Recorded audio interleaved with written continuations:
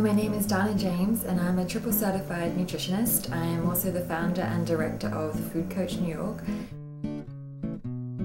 Well, my background is in functional medicine, which is really about combining nutrition and medicine together. I trained in the United Kingdom, so it's slightly different than the traditional way that people are trained typically in the US. So we focus on the biochemistry within the body and how food influences that.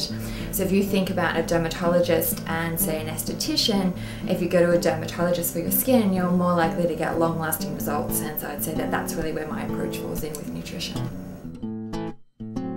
Food influences our moods because food provides the precursors to create our neurotransmitters. And our neurotransmitters are the chemicals that influence how we feel. So serotonin is one of our feel-good neurotransmitters. Dopamine is one of those neurotransmitters that makes us feel excited, gives us pleasure. So if we don't get the raw materials from food, we literally cannot create those neurotransmitters. If our body doesn't absorb the food, or we don't give it nutrients like vitamin C or B5, we cannot create those neurotransmitters. So it's absolutely key. You just can't create them out of nothing, so we have to get the food in. We're really going to focus on the biochemistry and physiology and how food influences that.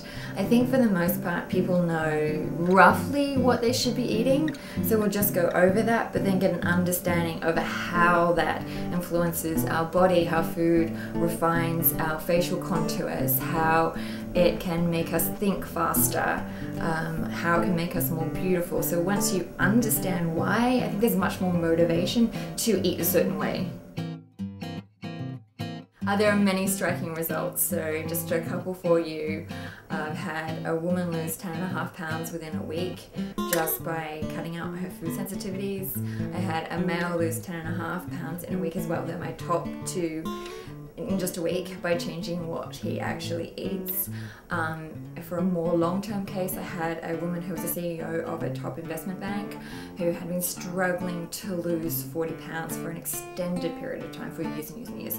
Had been working out with a trainer and just couldn't lose the weight, and had seen many practitioners. And so what we did is we ran an adrenal profile over her to see where her cortisol levels were and her adrenaline and noradrenaline, as well as her neurotransmitters. And what we discovered is that her cortisol levels were flatlining, and so you need moderate levels of cortisol to be able to lose weight. And this can happen if you are particularly adrenal fatigued or under a lot of stress. And so she was flatlining. I was surprised that she actually could get up and do her work. She's almost at that exhaustion stage. And her noradrenaline and adrenaline, again, she had very little. So the worst thing that she could actually do was go to the gym and work out intensely with a trainer, because it wasn't she was really utilizing the little resources that she had to do that.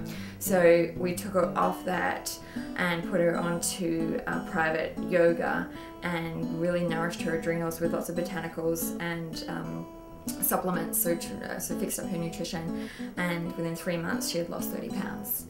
So it's those cases that you see continually, or somebody that for years has suffered from IBS and abdominal cramping, has spent up to $10,000 with gastroenterologists and they just have no idea. And it can be something as simple as giving them some digestive enzymes, which is like $30, and they're gone, and they're completely gone, and all the bloating has gone, and for them it's utterly liberating for them.